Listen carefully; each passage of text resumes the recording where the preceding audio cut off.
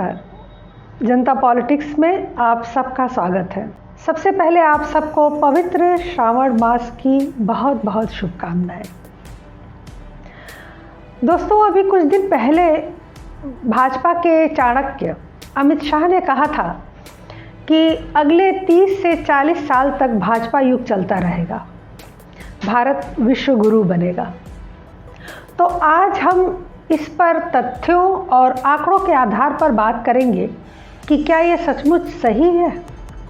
भाजपा शासन को 8 साल पूरे हो चुके हैं, मतलब अभी कम से कम 42 साल और भाजपा का शासन देश में रहेगा। लेकिन कैसे? तो यह जानने के लिए हमें थोड़ा इतिहास की तरफ झांकना होगा। लेकिन उससे पहले एक बात और, क्या किसी पार्टी ने अमित शाह के इस कथन को निराधार या जुमला कहकर काटा या कोई तर्क दिए? नहीं ना। क्यों? क्योंकि किसी के पास भाजपा के इस कथन का जवाब नहीं है।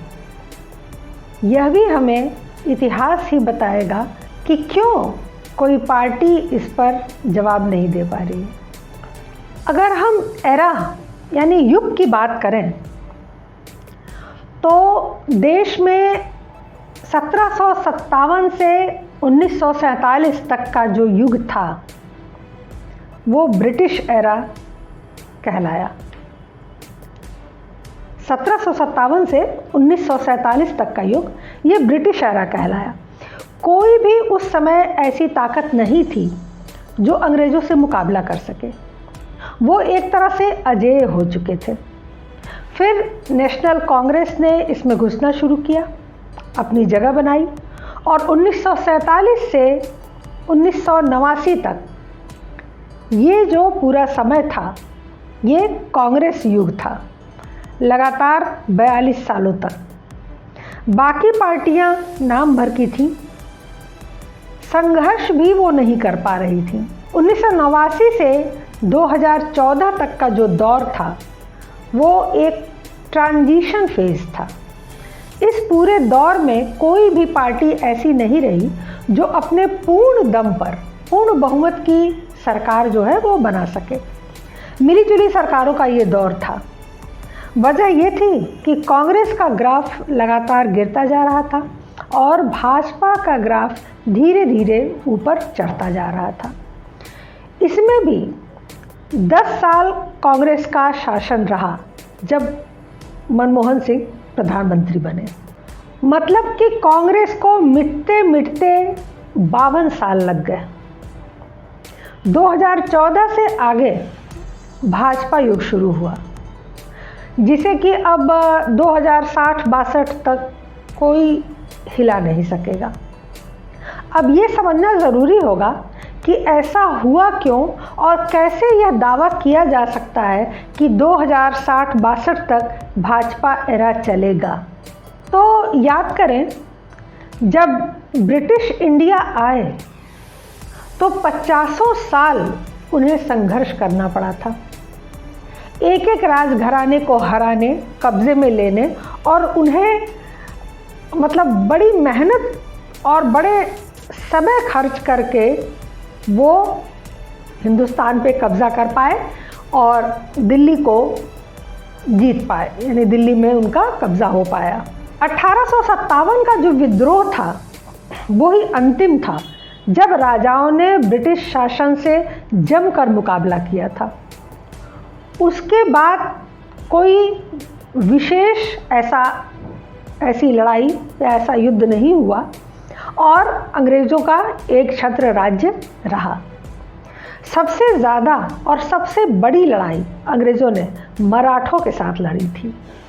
लेकिन अंत में जब मराठे कमज़ोर हुए तब अंग्रेज़ों ने उन पर भी विजय पा ली। ऐसा सिर्फ इसलिए हुआ कि अंग्रेज़ों का संगठन बहुत मजबूत था। उनके पास लीडर्स की लंबी लाइन थी। एक हारता या मारा जाता तो दूसरा आ जाता था, दूसरा हारता तो तीसरा आ जाता था। वो एक इंस्टीट्यूशन के रूप में काम कर रहे थे, जिसका कमांडर इंग्लैंड में बैठा उन्हें निर्देशित कर रहा था। तो सीधी बात है, व्यक्ति को हराना आसान है, लेकिन संस्था को हराना मुश्किल है। व्यक्ति तो आएगा जाएगा, लेकिन संस्था हमेशा बनी रहती है। और अगर संस्था के पास काबिल नेतृत्व है तो वह बढ़ती ही जाएगी।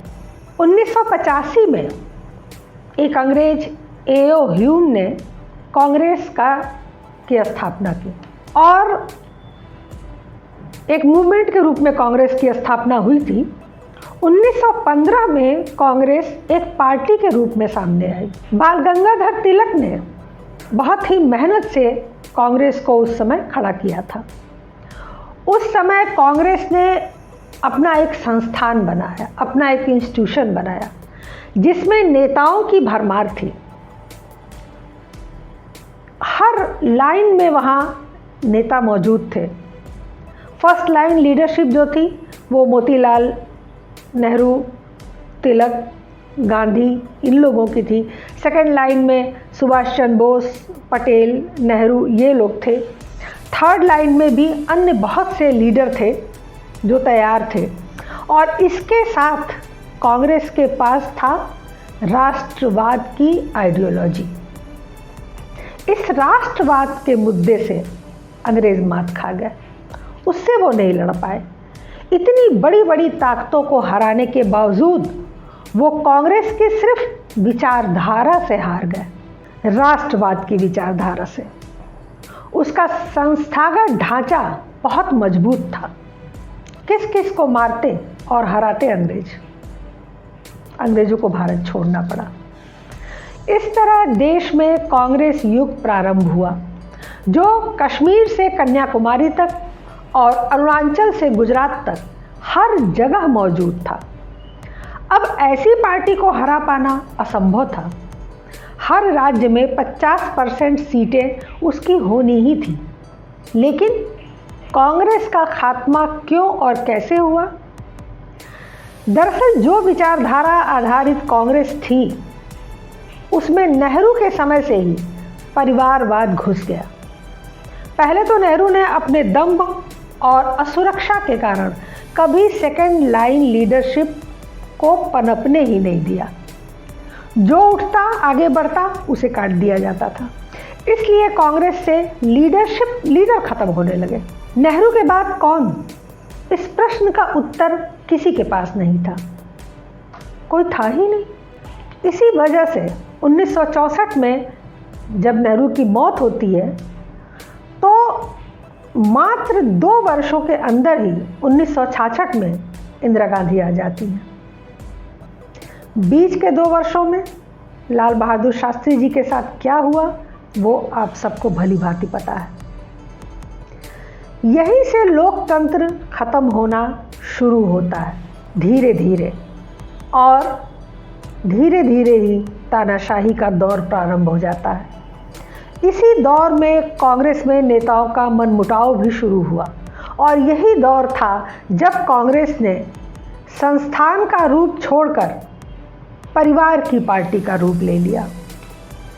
India is Indira and Indira is India, मतलब Indira is Congress and Congress is Indira बन गई। एक उदाहरण से समझिए कि शासन कैसे चलाती थी इंदिरा गांधी। आंध्र प्रदेश में चुनाव हुआ, कांग्रेस चुनाव जीत गई। अब बात थी मुख्यमंत्री किसे बनाया जाए।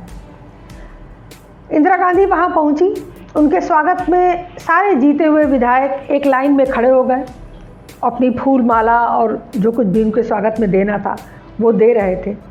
वो आगे बढ़ती रहीं, फिर एक विधायक के सामने जाकर रुकी और बोली, तुम मुख्यमंत्री बनने लायक लगते हो, तुम्हारा नाम क्या है?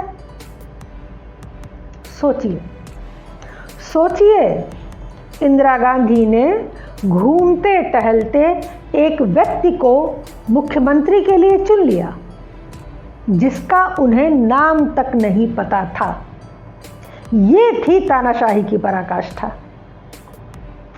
इसीलिए रीता बहुगुणा के पिताजी ने एक बार सभा में कहा था कि इंदिरा जी पौधा रोपती हैं और फिर उसे उखाड़ कर देखती हैं कि कहीं जड़ तो नहीं पकड़ रहा है।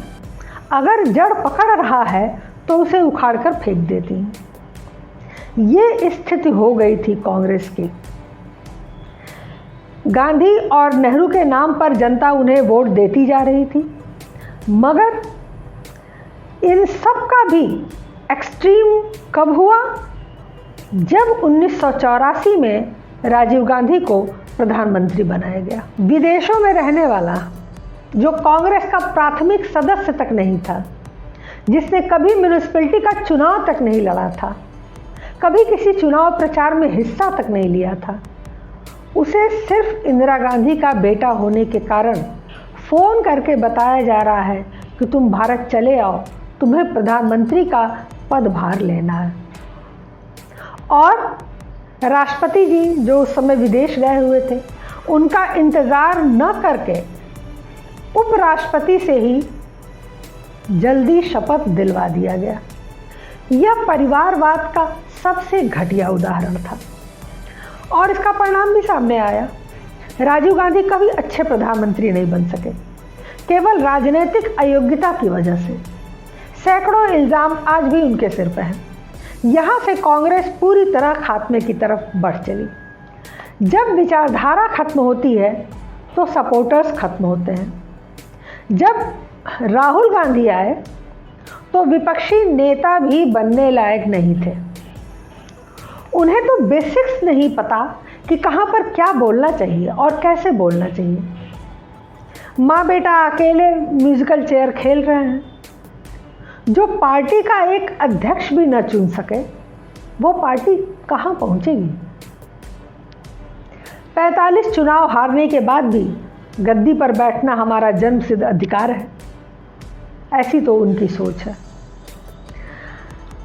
अब भाजपा की बात पर आए तो भाजपा को हराने के लिए कोई ना कोई विपक्षी पार्टी तो होनी चाहिए।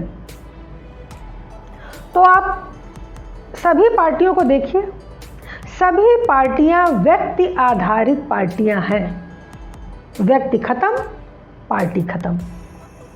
कांग्रेस में राहुल नहीं तो कांग्रेस खत्म, सपा में अखिलेश नहीं तो सपा खत्म, टीएमसी में ममता बनर्जी नहीं तो टीएमसी खत्म, मायावती अगर बसपा में नहीं तो बसपा खत्म, केजरीवाल अगर आप में नहीं तो आप खत्म।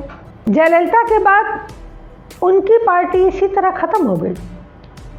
अब ऐसी पार्टियों का कोई भविष्य नहीं है। ये नेता तक सीमित पार्टियां हैं जो बहुत लंबा नहीं चल सकती। भाजपा ने इससे ऊपर उठकर सोचिए कि राहुल गांधी के सामने उन्होंने स्मृति ईरानी को खड़ा कर दिया और राहुल चित हो गए। कोई मुख्य नेता भाजपा का नहीं आया। इसके बाद राहुल वायनाड भगे तो उत्तर प्रदेश से कांग्रेस का बुरी तरह सफाया हो गया। जब नेता ही भाग गया तो सपोर्टर रहकर क्या करेंगे? आज कांग्रेस सिर्फ एक राज्य में बची है। अब केजरीवाल की बात करें तो केजरीवाल के आप पार्टी के चर्चे हैं कि बहुत तेज़ी से आगे बढ़ रहे हैं, लेकिन केजरीवाल अब चुनाव कहाँ से लड़ेंगे? क्यों? क्योंकि उनके सामने हमेशा नूपुर शर्मा चुनाव लड़ती थी और हार जाती थी। लेकिन अब 30-32 हज़ार वोटों से हारने वाली नूपुर शर्मा का कद इतना बढ़ गया है कि फिलहाल पूरे देश में विपक्ष में कोई ऐसा नेता नहीं है जो उन्हें हरा सके। वो हिंदू हृदय साम्राज्ञी के रूप में अभी से प्रतिष्ठित हो गई हैं। अब अगर केजरीवाल नूपुर शर्मा के साथ चुनाव में उतरेंगे तो उनकी हार तय है, और अगर केजरीवाल हार गए तो पार्टी डूब गई। इस समय केजरीवाल ही सब पे निशाने पर हैं। भाजपा का संस्थागत ढांचा और विचारधारा दोनों फिलहाल बहुत मजबूत है और उसे हिलाने वाला दूर दूर तक कोई अभी नज़र नहीं आ रहा है। आज बहुतायत में कांग्रेस के लोग भाजपा में आ चुके हैं क्योंकि वो कांग्रेस से क्षुब्ध हैं। भाजपा के पीछे एक बहुत बड़ी संस्था आरएसएस भी खड़ी है, जो इसे चौतरफा सपोर्ट कर रही है। अब भाजपा को दक्षिण भारत के राज्यों में फतह करना बाकी है, जिसके प्रयास अब शुरू हो चुके हैं। अभी लगभग सारे बड़े राज्य भाजपा के हाथ में हैं, लिहाजा वहीं से उसका बहुमत आ जाना है। बाकी अन्य छोटे राज्यों को मिलाकर बहुमत से कुछ ज़्यादा ही सीटें मिल जानी हैं। तो इतना तो फिलहाल अभी तय है।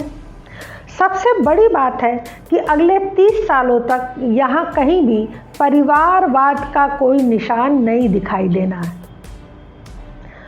मोदी जी के बाद अमित शाह जी और अमित शाह के बाद योगी जी, किसी का भी परिवार बेटा बेटी कोई नहीं है, जिसका है वो राजनीति में नहीं है। तो यह बात इन्हें बहुत मजबूत बनाती है कि यहाँ योग्यता के आधार पर, जनप्रियता के आधार पर, पॉपुलैरिटी के आधार पर नेता चुने जाने हैं। परिवार के अनुभवहीन लोगों को नहीं घसीटना है। ऐसी पार्टी की विचारधारा कभी खत्म नहीं हो पाती।